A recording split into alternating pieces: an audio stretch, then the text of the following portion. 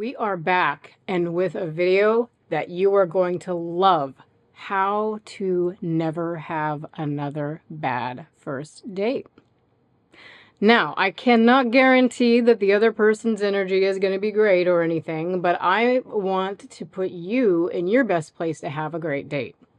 And so we're going to jump right in here with several tips about this. And the first one is going to be how to take that pressure off.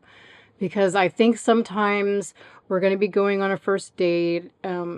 Usually it's going to be, maybe somebody you haven't met before in person, somebody that you met online. And so, or, we'll sometimes get in our heads about the energy. And what I want you to do is just relax off and think, I'm just going to go out and meet a new person. And that's all this is. It's nothing more. This isn't going to be the love of my life. It is not any of these things, because we don't know any of these things until things unfold.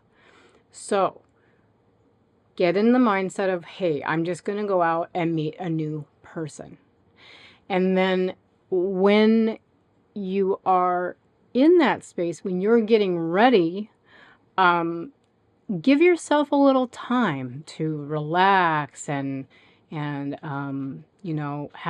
a cup of tea before you go, or listen to some of your favorite music and all of that kind of thing, so that you're kind of like in a relaxed space. If you meditate, or if you like to take relaxing breaths, do all of that kind of stuff, so that you're in a relaxed space when you're going to be going out. And I think that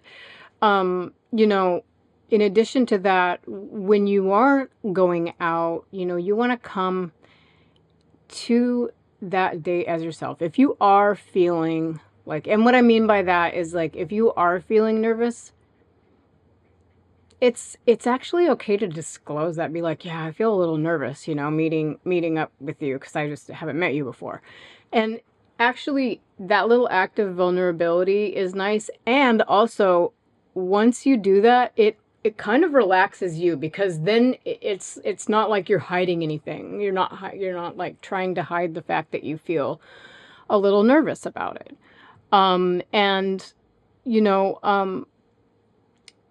I think another thing around that is make sure that you're planning a date that is low pressure for your first date. I've talked about this a little bit in other videos, that it's good to plan something that's simple, like going to coffee, or, doing something like meeting, during the day to walk around a really cool park, or a place that has botanical gardens, or something where you're, kind of out and about doing something, or maybe a walk around a really cool neighborhood that has cool houses or something, so that you're not in a space that is like going to a dinner for a first date can be a lot of pressure, and you're just going to meet a new person. And by the way, if you hear anything right now, my cat Orson is making his little appearance. He's walking around in the room right now, as he likes to do. So yeah, so I think those things are really important in having a good first date. And now we're going to get into something that I think is really important, and people feel really nervous about: conversations going dead. And I think that when you're going on your first date, you just really want to be curious about the other person instead of getting in your head too much. So, for instance, I think something that can be really fun is, online they will sell, or even at like a bookstore, they sell cards that are like dating questions. There's also some great online, there's actually, years ago, I think it was the New York Times had, it was like 36 questions that lead to love or something. Now, I wouldn't suggest necessarily going through all these questions with somebody on a first date, but I think that maybe like a few, like if you go through like the first 10 or something, they're a little bit lighter, because as it goes through the entire list, the questions get deeper. However, you may be able to do all of them. What I'm going to go ahead and do is I'm going to find that list, and I'm going to go ahead and post it in the show notes below. And I'm also going to find a cool card deck. I had one before, and it was actually wasn't very good, and it was kind of fun because the person I was on a date with, we were just kind of making fun of the cards. We're like, oh yeah, you could have come up with a better question. And then we started kind of like coming up with our own, and it ended up being a lot of fun. So having some questions or some things like something fun like that kind of laid out in advance actually helps a lot. And so I think if you have those kind of things in line, you're not going to feel as much pressure because you kind of have something. Now, your conversation may just naturally flow, and you might not need something like that, but I think it's nice to have a few things in mind or have something to bring to the table that's like that, so that you don't run into that kind of problem. Or you can, and how to bring it out is say something like, you know, I have this really fun idea. I have this list of questions that I found online, and I was wondering if you'd like to go back and forth and answer some of them with me. And then you just do that, or you say, I have this really fun deck of cards, and, you know. And it's something that's easy to bring to a date where you are like sitting at a coffee shop, or even if you're like, maybe you're walking around a park and you sit down on a bench and you talk for a while, something like that. So it's really easy thing to bring along with you. Now, clothing. Let's talk about clothing and what to wear. So for a first date,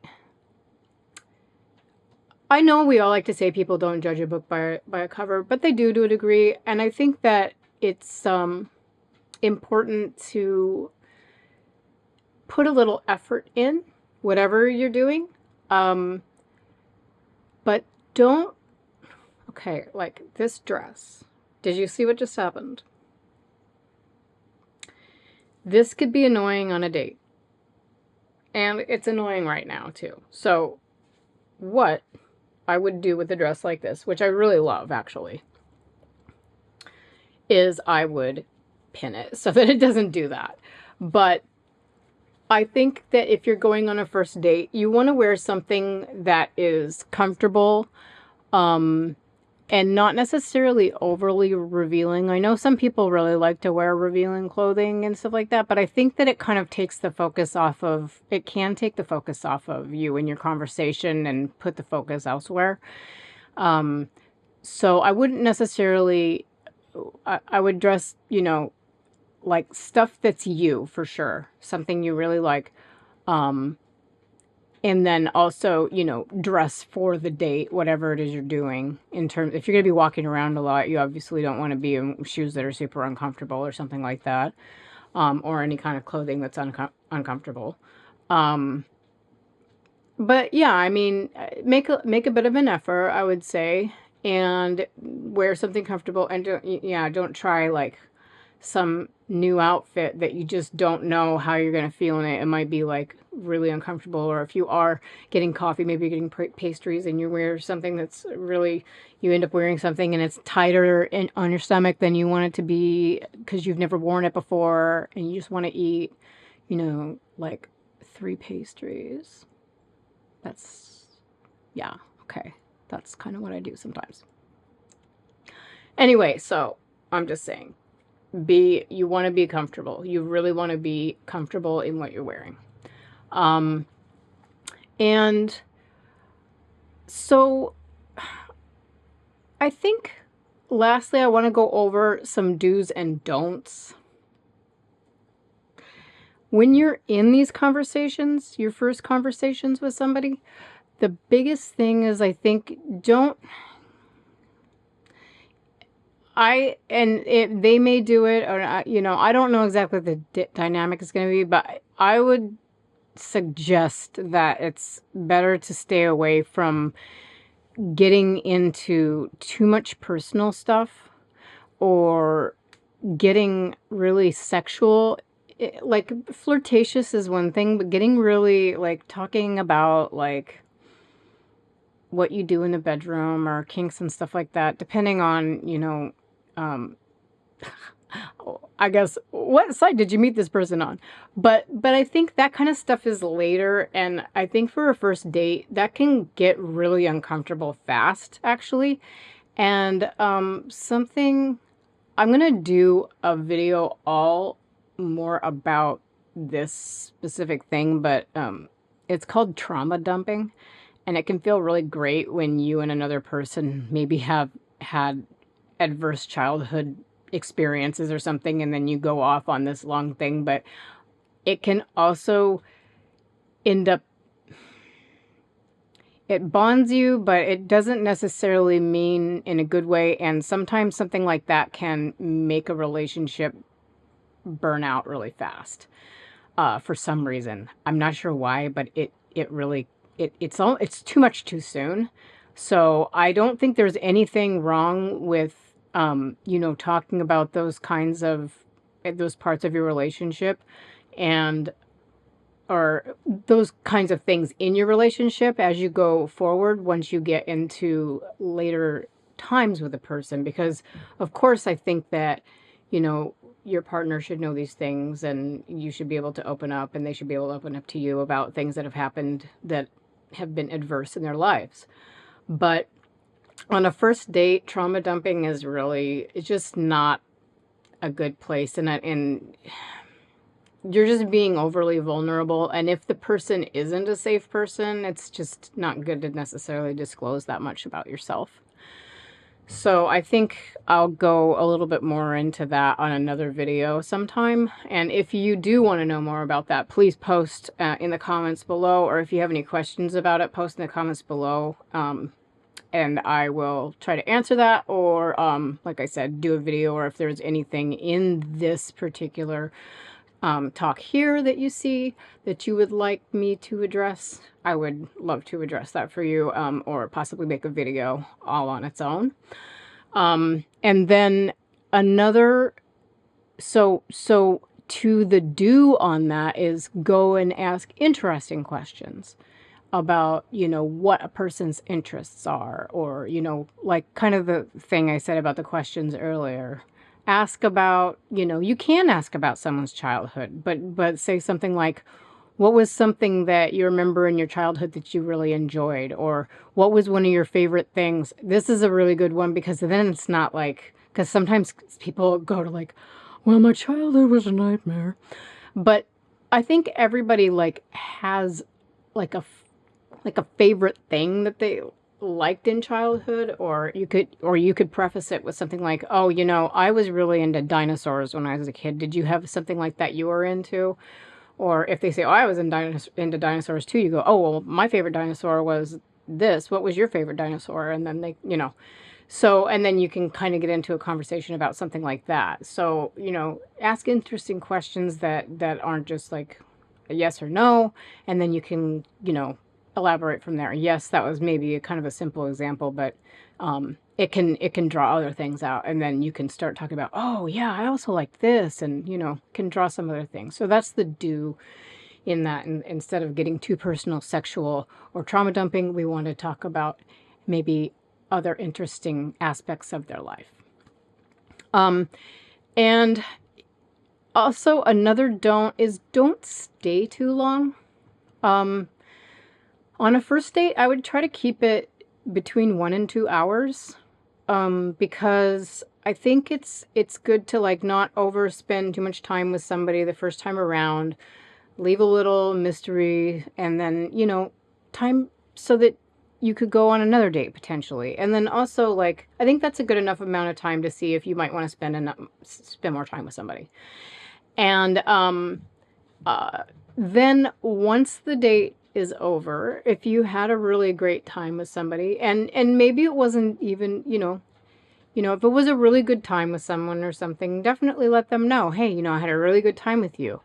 If they ask you on another date and you feel like you want to go on another date, this is kind of I'm doing the do first. It's like, yes, then say, yeah, I'd really like to go on another date. And you can either kind of plan what you'd like to do then, or whatever. If you feel like it's not a match, and you don't feel So I'm going to say there's something weird about like chemistry, and sometimes people throw the wrong people out too soon. But if you like feel a little something, or you really enjoyed yourself and you think it might be worth a second date, yeah, definitely say yes to that, and you know, make them real, make it known that you had a good time. And if you didn't have a good time and you just really know that it's not a match, like you talked a while and there's just so many things that you didn't match on, I would not, it is a little difficult, but I will say that you can let somebody know that it just wasn't a match for you. And if you're uncomfortable, you can let them know later. It's I don't know. There's a little bit of intuition that needs to come into play. I have said, I can tell you things that I've said if it wasn't going anywhere. I've said, I had a really good time talking with you today.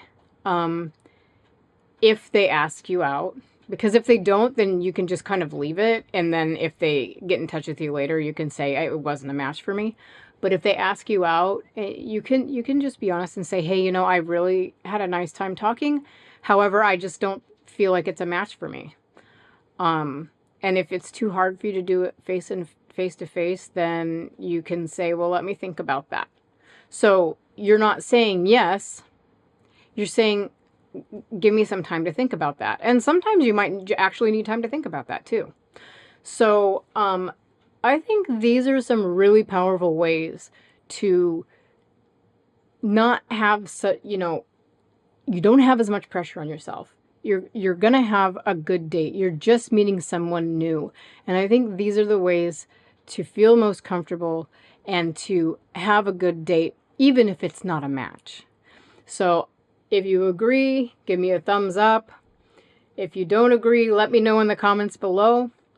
If you like this content, please like and subscribe. It really helps the channel grow so I can give you more content.